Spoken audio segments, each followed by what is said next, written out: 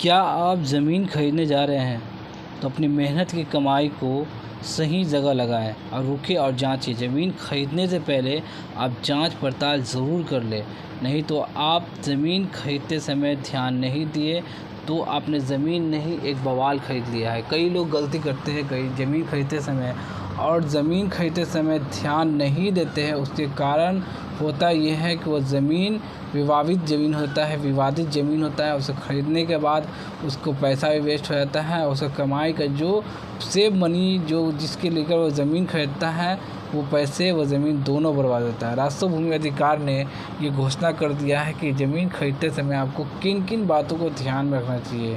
क्या ज़मीन विक्रेता का जमाबंदी ऑनलाइन है? सबसे पहला आपको ध्यान क्या देना है, क्या ज़मीन के विक्रेता की जमाबंदी ऑनलाइन है या नहीं है।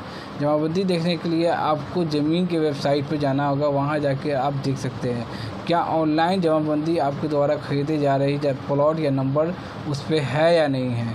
क्या विक्रेता स्वयं अपने नाम का ऑनलाइन जमाबंदी कराता है या नहीं, यानी जिसके नाम का ज़मीन है वो खुद जमाबंदी कराता है या नहीं है।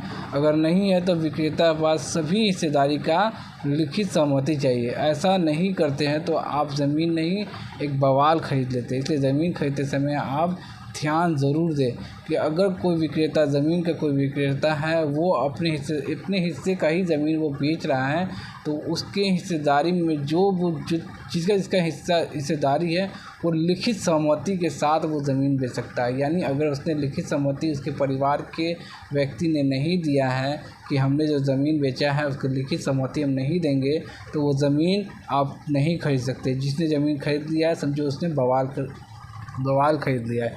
इसे ज़मीन खरीदते समय आप ध्यान दें इन बातों को, नहीं तो हो सकता है कि आपका पैसा और टाइम दोनों वेस्ट हो जाएगा।